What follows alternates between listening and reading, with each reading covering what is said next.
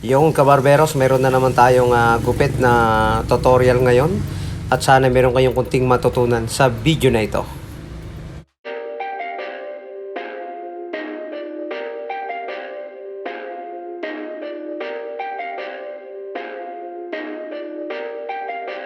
Perfect. Perfect.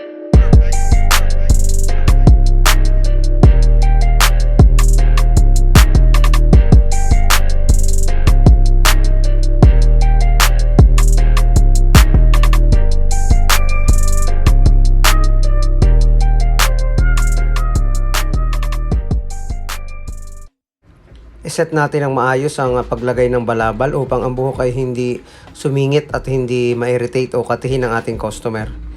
At ganoon na rin ang ibabaw ng kanyang buhok ay suklay natin, basain natin, ayusin natin dahil kadalasan yung buhok ng ating customer ay malagkit. Kailangan bago natin siya putulan ay madulas na siyang suklayin at hindi tayo mahirapang magbawas nito.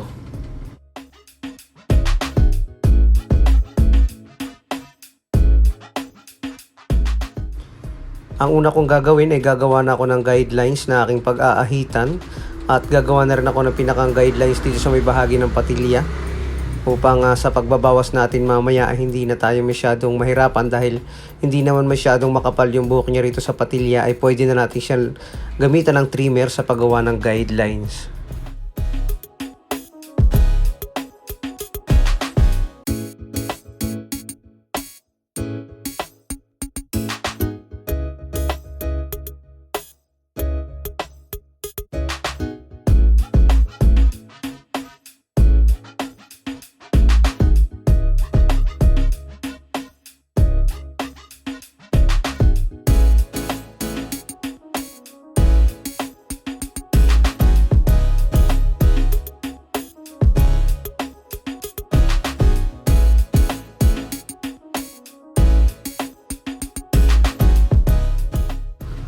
Ang gagamitin ko ay number 1 na clipper guard at ang paghagod nito ay mababa lamang.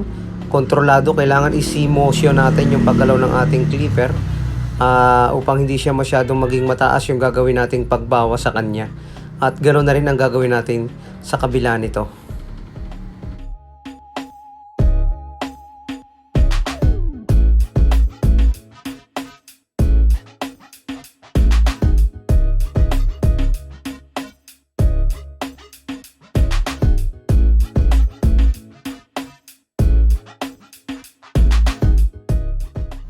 Pagkatapos kong gamitan ng number 1 na clipper guard, 0.5 o half guard ang gagamitin ko. Itataas ko na rin yung adjuster nito at yung gagawin natin paghagod ay mas mababa kumpara sa paggamit ko ng number 1 na clipper guard.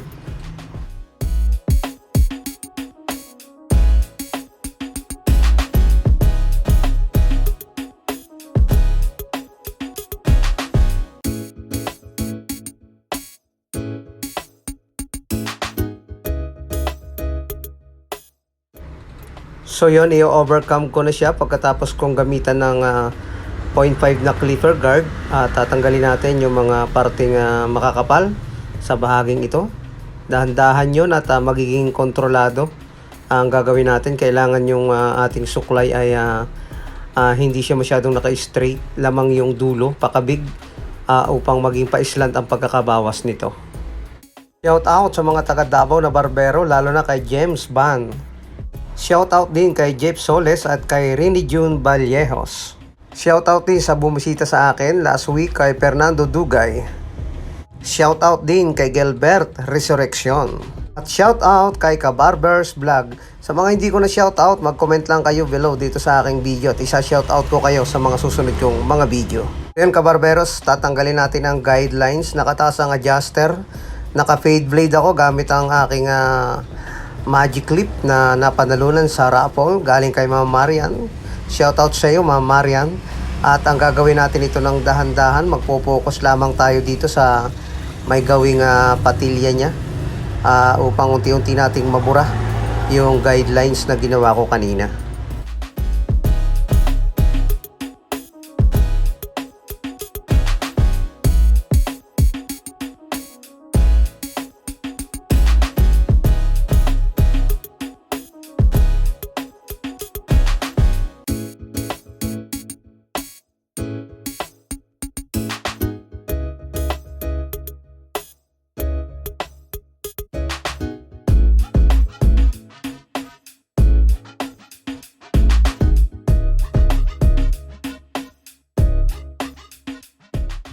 Ating aahitan kabarberos yung ginawa kong guidelines kanina gamit ang aking trimmer.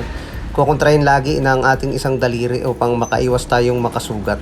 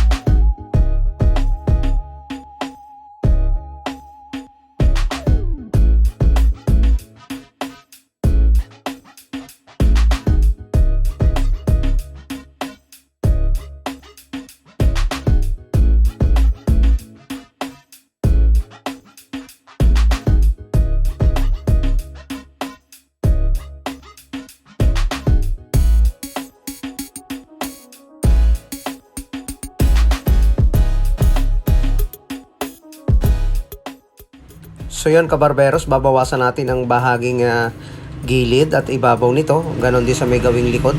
Ibabalansin natin yung kapal at ibabagay natin sa gupit na ginawa natin sa kanya. At ang pagbabawas ng buhok kabarberos ay nakadepende kung magre-request ang customer na babawasan, ay gawin natin ng nakaproportion. Kung hindi naman ay hindi na natin babawasan. At yun ay magre-request lamang tayo ng tamang pagbawas. At kung pumayag naman siya ay gawin natin. At ibagay natin sa gupit na ating ginawa sa kanya.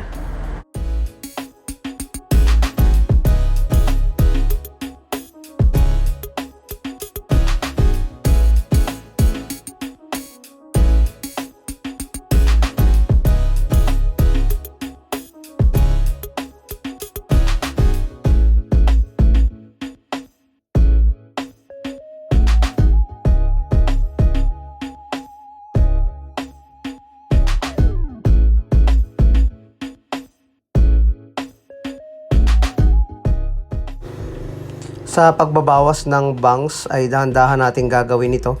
Lagi nating itaas yung parte ng bangs niya upang hindi mapuwersa yung pagkakaputol. Tansyahin natin ito, hindi masyadong mahaba. Unti-untiin natin hanggang sa maging sakto yung pagkakabawas o maging sakto sa gusto ng ating customer.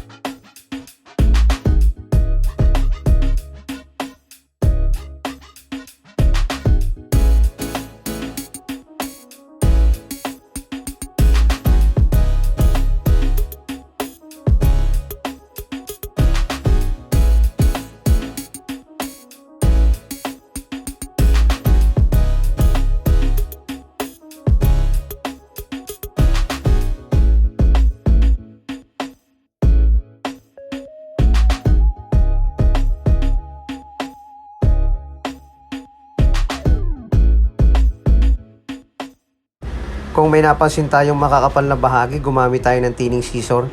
Isa o dalawang patama lamang upang hindi mapuwersa ang pagkakaputol ng buhok o yung pagkakamero ng manipis na bahagi niya, maging balanse yung pagkakanipis ng pagkakabawas niya. Lagi nating susuklayin upang makita natin kung gaano ba karami yung naputol na buhok.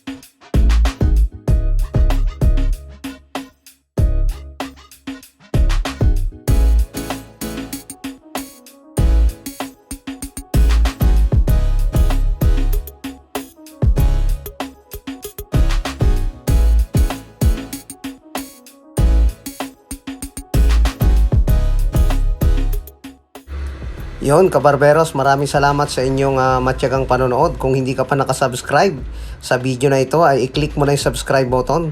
Pati na rin yung notification bell para maging update ka sa mga susunod ko pang mga video.